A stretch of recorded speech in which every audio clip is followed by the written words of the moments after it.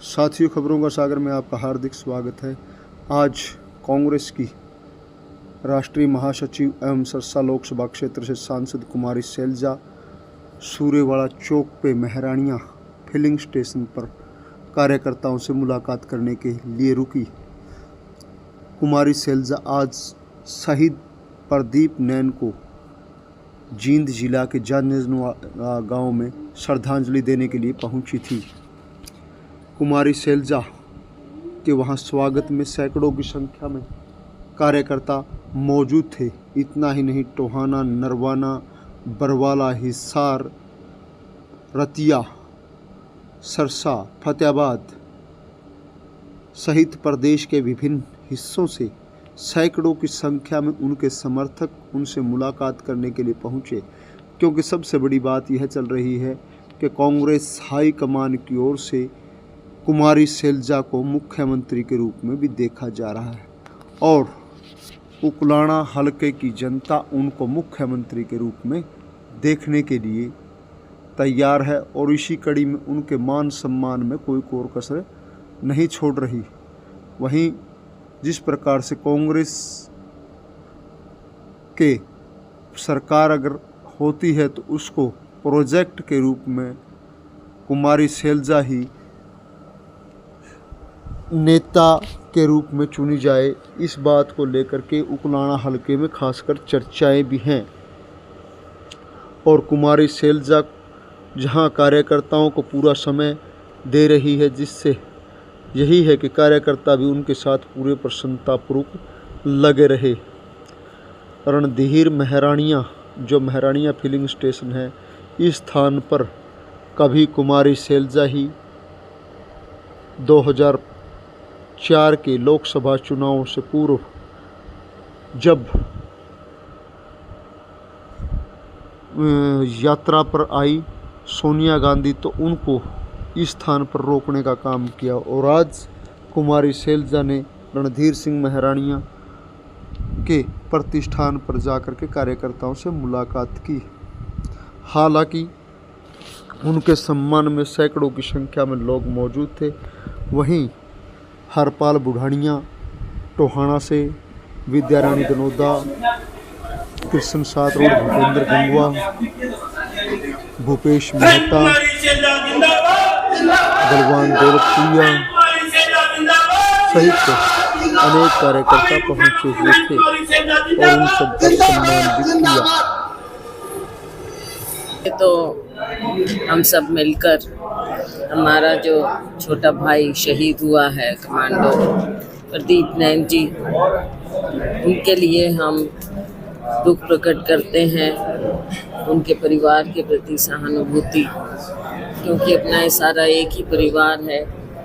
तो परिवार का कोई सदस्य जाता है, वैसे तो देश का कोई भी सपूत जाए सारा अपना परिवार है, लेकिन और ज़्यादा लगता है जब अपने ही परिवार से कोई जाए। बड़ी बहादुरी से हमारा छोटा भाई गया है, देश के लिए जान न्यौछावर की।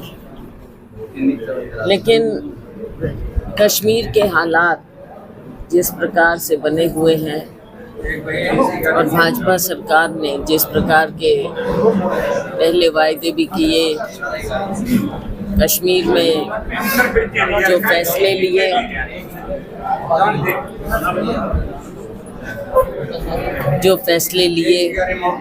इनको बोले चुप हो जाए। सरकार को सारे हालात समझने चाहिए। बॉर्डर के उस तरफ से भी पाकिस्तान जो कर रहा है, पाकिस्तान की शरारत थमी नहीं है। उसके अलावा हमारे यहाँ ऐसे आकर निर्भीक होकर ऐसा जो दिन ब दिन वारदात होती हैं, कैसे हो रही हैं, क्यों हो रही हैं और वहाँ पर नॉर्मलसी कब आए, इन सब बातों को गंभीरता से सरकार को लेना होगा। कश्मीर को बांटने के बाद भी शांति क्यों नहीं आ रही है, सब बातों से सरकार को देश को कॉन्फिडेंस में लेना।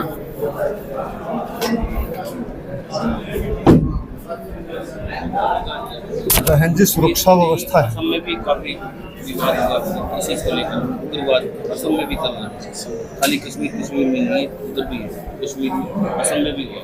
कई जगह है, नॉर्थ ईस्ट में है, असम इसका हिस्सा है। तो इन सब चीज़ों को कौन है जो देश को शांति से आगे नहीं बढ़ने देना चाहते, कौन सी ताकतें हैं ऐसी,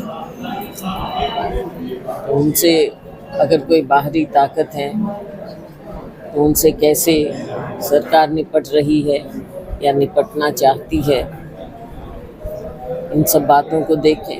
देश के अंदर हैं तो हालात क्यों हैं, उसको अलग नज़रिए से डील करना पड़ेगा। मामला बहुत गंभीर होता है ये, जहाँ भी हो, क्योंकि देश को अंदर से कमज़ोर करने की साजिशें होती हैं, उसको भी देखे सरकार। देश में कानून व्यवस्था की स्थिति पिछले कुछ दिनों से ऐसी है कि व्यापारियों पर जिम्मेदारी भी मांगी गई है, मारे भी गए हैं। हर तरह से तो आपने देखा गोलियां चलती हैं, सरेआम गोलियां चलती हैं, मारे जाते हैं लोग, धमकियां दी जा रही हैं, शहरों में एक भय का वातावरण पैदा किया गया है। तो जो हमारे लोग कामकाज में लगे हुए हैं, कारोबार में लगे हुए हैं, कारोबारियों पर इस तरह का डर का वातावरण क्यों हो रहा है? सरकार कहीं है या नहीं है? क्या कारण है? सरकार को इन चीज़ों से बहुत सख्ती से बरतना होता है, लेकिन यहाँ तो सरकार नाम की, प्रशासन नाम की कोई चीज़ ही नहीं है। कौन किसके सामने गुहार लगाए? कैसे सरेआम ऐसी बातें हो रही हैं? ये टोटल फेलियर है सरकार का, कानून व्यवस्था का। आगामी विधानसभा चुनाव को लेकर कांग्रेस की क्या तैयारियां चल रही हैं? तैयारी पूरी है, हर तरह से सब पार्टी के लोग, आम जनता ने मन बनाया है कि भाजपा को बाहर करें। इसके लिए सभी हमारे कार्यकर्ता लगे हुए हैं कि आगे हमारी सरकार बने। एक नया ट्रेंड चल रहा है कांग्रेस में कि भाई टिकट अब की बार नेताओं के कोटे से नहीं बल्कि सर्वे के आधार पे जो जिताऊ उम्मीदवार होगा उसको देंगे। इसके बारे में आपका क्या कहना है? बिल्कुल, ये हमारे शीर्ष नेतृत्व ने भी कहा है कि निष्ठा होनी चाहिए, जीतना होना चाहिए, दोनों बातें हो, जीतने वाला भी हो और निष्ठा भी होनी चाहिए। तो इस तरह के फीडबैक लिए जाएंगे और उसके आधार पर टिकट दी जाएंगी। तो क्या लोकसभा में ये इस तरह का सर्वे नहीं हुआ था जिसमें 5 सीटें आपकी आ रही हैं? देखो, अब लोकसभा की बात मैं कई बार कह चुकी हूँ, कर चुके हैं, तो केवल सर्वे की बात तो वहाँ पर नहीं हुई, ये तो दिख रहा है। क्योंकि कई नाम ऐसे आए और चुनाव लड़वाए गए जो जिनका सर्वे में कई नाम हो भी नहीं सकता था।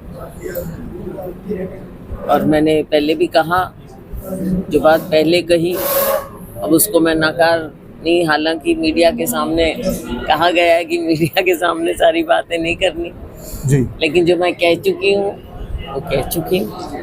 क्या नेताओं का कोटा टिकट में खत्म करने को आप सही मानते हैं? देखो, बात कोटे की नहीं होती, बात ये है कि मैं और मेरा नहीं चलना चाहिए। अब इसको कुछ कहो, कोटा का तो क्या मतलब है? कोई कुछ कह देता है, कोई कुछ कह देता है। कोटा क्यों? जीतने वाला हो और निष्ठावान हो।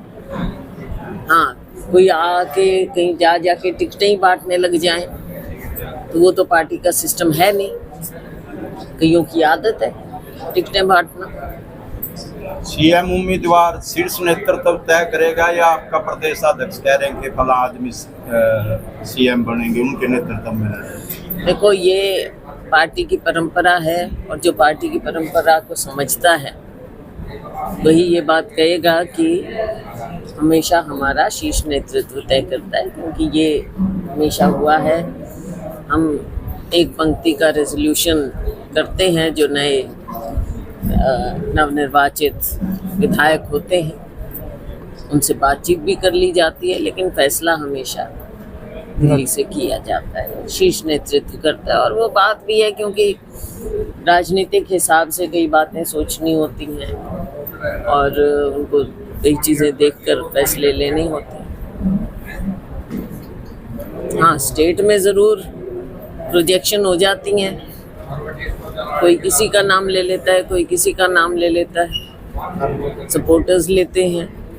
तो ये स्थिति भी पैदा कैसे हुई, क्यों हुई? क्योंकि लोगों ने देखा कि जो मुख्यमंत्री बनता है वो अपना अपना करने लग जाता है। तो मुख्यमंत्री अपना अपना करेगा तो लोग फिर सोचते हैं कि भाई हमारा बने, वो सोचते हैं हमारा बने, जबकि मुख्यमंत्री तो पार्टी का और पूरे प्रदेश का होना चाहिए। जी, क्या कुमारी शैलजा जी भी सीएम के दौड़ में शामिल हैं? देखो, मैं फिर वही करती हूँ, दौड़ का तो कोई मतलब ही नहीं होता।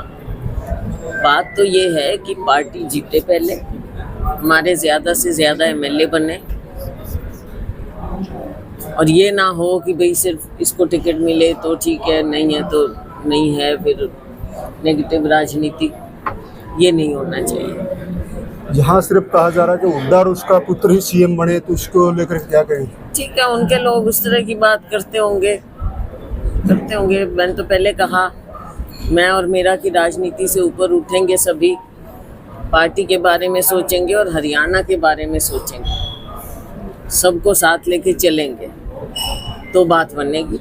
और शीर्ष नेतृत्व ने भी कहा है कि सबको साथ मिलके ही, और लड़ाई भी देखो मिलके ही लड़ी जाती है। अभी आपने देखा उत्तराखंड का, मैं आपको उदाहरण दे सकती हूँ जी, वहाँ पर सबको हमने साथ बैठाया, सबसे बातचीत की, सबको इन्वॉल्व किया, टिकट वितरण में भी सबको इन्वॉल्व किया। उसके बाद सब ने अपनी अपनी ड्यूटियाँ हर जगह जाके निभाई, तभी हम चुनाव जीते। बद्रीनाथ जैसी जगह कांग्रेस का जीतना पूरे देश में एक संदेश जाता है, लेकिन इसका संदेश ये भी है कि मिलके चुनाव लड़ना पड़ेगा। मिलके चुनाव लड़ेंगे तो ही हम हरियाणा के लोगों की उम्मीदों पे खरा उतर सकते हैं। लेकिन अगर फैसला ही हो जाए कि भाई मैं मेरा ही चलेगा, तो बात देखो दिक्कत आ जाती है। तो उनकी ओर से मतलब लगभग संभावित प्रत्याशी भी तैयार हैं? किन की ओर से? जो मैं और मेरा का आप जिक्र कर रहे हैं। मैंने तो ये कहा कि लोग जा के टिकटें भी बांट देते हैं जी, तो ऐसे तो बात बनती नहीं है कभी। जी जी, बाकी सब क्या करेंगे? जो अगर पार्टी के हिसाब से चलोगे तो सबको तसल्ली हो जाती है। अगर टिकट बांटने लग जाएंगे तो बाकी सबको तसल्ली नहीं करते, क्योंकि पार्टी में सबका साथ होना ज़रूरी होता है। लोगों को ये तो लगे कि भाई टिकट कैसे मिला, तो पार्टी का हिसाब रखना ज़रूरी है। अगर आप बांट दोगे तो बाकी सब क्या करेंगे? प्रत्याशी भी काफ़ी हो गए। प्रत्याशी काफ़ी होना तो देखो स्वाभाविक है, जब अच्छा माहौल होता है। जब अभी लोकसभा चुनाव हुआ, सबने मिलके चुनाव लड़ा, कम से कम मैं अपने यहाँ कह सकती हूँ, अपने इस एरिया में सबने मिलके चुनाव लड़ा है। हिसार भी जीते हैं हम, हिसार भी जीते हैं। हाँ जी, चुनाव पार्टी बिना संगठन के तो विधानसभा का संगठन तैयार है या बिना संगठन की चुनाव? पता नहीं है, तो पूछो आप प्रभारी से क्या हो रहा है। प्रभारी जी को तो कहा गया था कि मिल के मिला के करो। राज्यसभा में कांग्रेस की तरफ से कोई प्रत्याशी उतारा जाएगा? अब ये मैं तो कह नहीं सकती, मैं तो कुछ नहीं कह सकती इसके बारे में। कब क्या फैसला होगा, जब चुनाव अनाउंस होगा तब देखो पार्टी क्या फैसला करती है। Party high command. देश में कोई गठबंधन की संभावना इंडिया का लगता है आपको, या कांग्रेस अकेली लड़ेगी? देखो, मेरा इसमें मैं तो ये समझती हूँ कि कांग्रेस अपने आप में सक्षम है, लड़ने में सक्षम हैं हम, और लोग उम्मीद भी कांग्रेस से ही कर रहे हैं कि कांग्रेस की सरकार बने। तो ये चीज़ मुझे लगता नहीं कि ऐसी कोई बात आज के दिन लगता नहीं है। पुराना का मीडिया आपका नाम सुनते ही सारा दौड़ा